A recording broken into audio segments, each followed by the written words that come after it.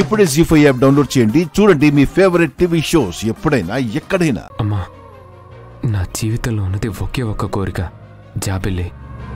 అదొక పీడకలలాగా మిగిల్చావు. కానీ అసలు నా మైండ్లో లేని పున్నమికి నా చేత తాలి కట్టించావు.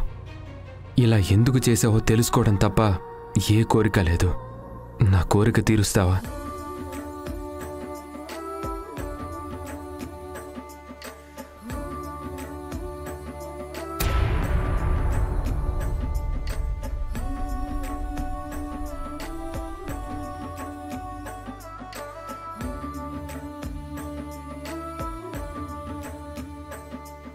తీసుకోండి, నీ కోరిక నెరవేరుతుంది.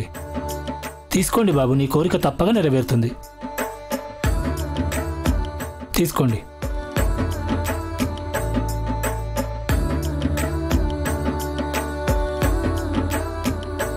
వకీల్ సాబ్, మీరేం కోరుకున్నారో తెలియదు, కానీ అమ్మవారు తప్పకుండా మీ కోరిక నెరవేరుస్తారు. అప్పుడు కూడా అదే అనుకున్నాను. చూడాలి ఈ అమ్మవారి మహిమేంటో.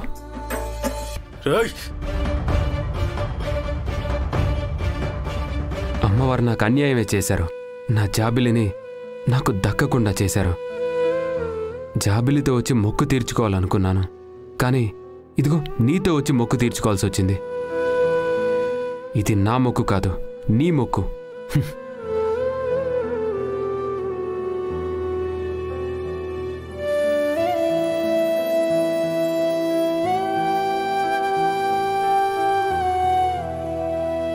అమ్మా, వకీల్ సాబ్ అలా అన్నాడని వకీల్ సాబ్ మీద కోపగించుకోకమ్మా.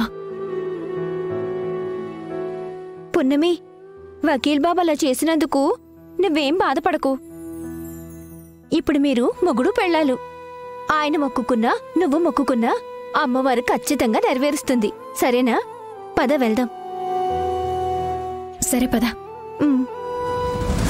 రేయ్, మా నుండి తప్పించుకుంటావా? నీ సంగతి చెప్తాన్రా. వదలరా. కొండమ్మా, అక్కడేదో గొడవ జరుగుతుంది, పట్టుకో. రేయ్, వదలరా. వదలరా. రేయ్, ఈ రోజు అయిపోయావు.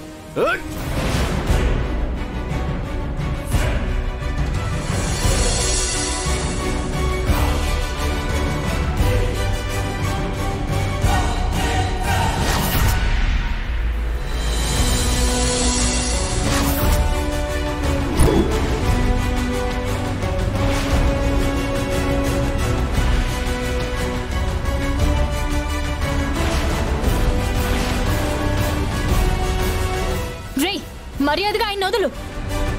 వదులు.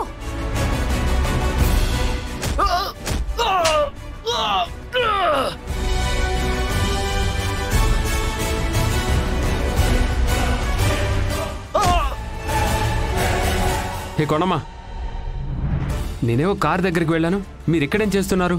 అది అయినా పున్నం ఎక్కడుంది? అదిగో అక్కడుంది బాబు.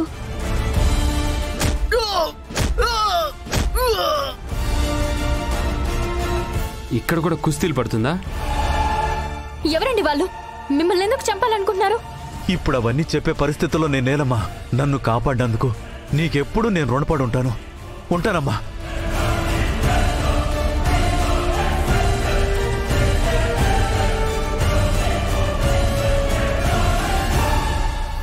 ఎవరికన్నా సమస్య ఉంటే చాలు, ఈవిడ గారు వెళ్ళిపోయి అందులో తలదూరు చేస్తారు.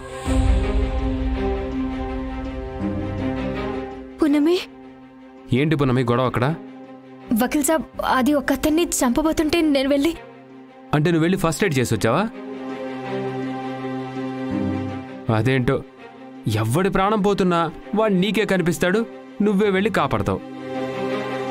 ఈ మంచితనానికి కొదవే లేదు. కానీ నమ్మిన ఫ్రెండ్ని మోసం చేయడానికి అస్సలు ఆలోచించవు కదా. సరే, నేను ఇంటికి వెళ్ళాలి, మీరు రండి. వకీల్ సాబ్ మోసం ద్రోహం అని అన్నప్పుడల్లా నా గుండె ఆగిపోయినంత పని అవుతుంది కొండమ్మ. నువ్వు చేసిన పనిలో మోసం చూసినన్ని రోజులు ఇలానే ఉంటారు. కానీ ఒకరోజు నిజం తెలుస్తుంది కదా, అప్పుడు ఈ మొత్తం కోపాన్ని ప్రేమగా చూపిస్తారు. అప్పుడు ఈ బాధ అంతా గాలి కొట్టుకుపోతుంది. సరేనా? పద వెళ్దాం.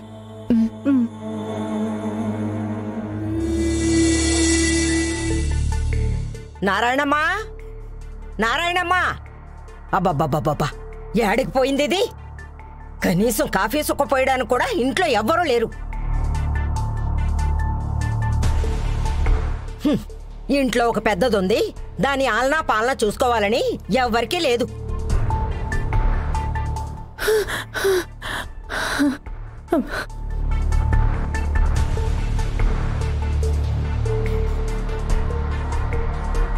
ఏమే, ఏడకపోయావే?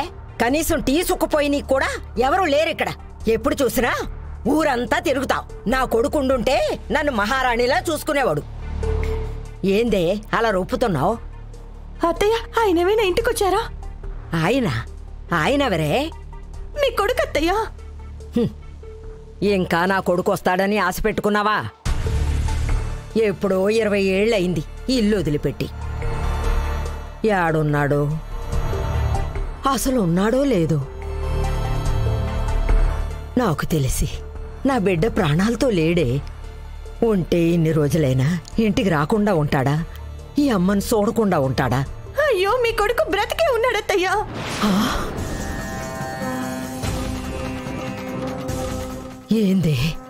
ఏందే నువ్వు చెప్పేది? అవునత్తయ్యా, ఆయన బ్రతికే ఉన్నారు.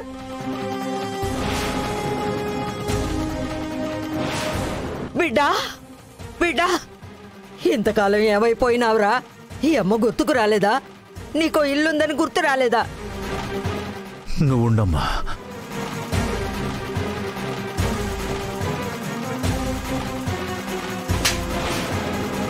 ఇంకేం కావాలి? 20 ఏళ్లుగా బందీగా ఉన్నాను. అమ్మకి, నీకు, అయిన వాళ్ళకి, అందరికీ దూరంగా ఉన్నాను. ఇంతకంటే ఏం కావాలి? ఇదంతా నీ వల్లే జరిగింది. ఏంటయ్యా నువ్వనేది? నా వల్ల నువ్వు బందీగా ఉన్నావా? అవునే, నువ్వు ఎవరి బిడ్డనో ఎత్తుకొచ్చావంట కదా. అది ఖచ్చితంగా వాళ్ళ బిడ్డే అయ్యుంటుంది. అందుకే వాళ్ళు నన్ను బంధించారు.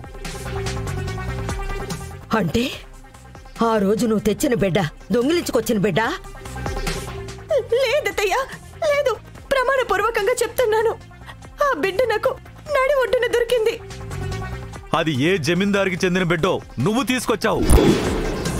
ఏందే, ఆ పున్నమి జమీందారులకి సంబంధించిన బిడ్డనా? కాదత్తయ్యా, జమీందారుల బిడ్డ అయితే అలా నది ఒడ్డున ఎందుకు వదిలేస్తారు? ఎవరో బిడ్డని కాదనుకొని అక్కడ వదిలేశారు. నాకు బిడ్డ పురిట్లోనే చనిపోతే ఆ బిడ్డని దేవుడిచ్చిన బిడ్డగా పెంచుకున్నాను, అంతే తప్ప నాకేం తెలియదత్తయ్యా. అవునయ్యా, ఇదే నిజం. కానీ నా బిడ్డ కోసం ఎవరో జమీందారులు తిరగడం అత్తమ్మకు కూడా తెలుసు. కానీ ఆ బిడ్డే జమీందారుల బిడ్డని నిజంగా అప్పుడు నాకు తెలియదయ్యా. అది జమీందారు బిడ్డని నన్ను ఎత్తుకెళ్ళినోళ్ళు మాట్లాడుకుంటుంటే నేను విన్నానే. జీ5 యాప్ డౌన్లోడ్ చేసి అన్ని ఎపిసోడ్స్ పూర్తి ఉచితంగా చూడండి.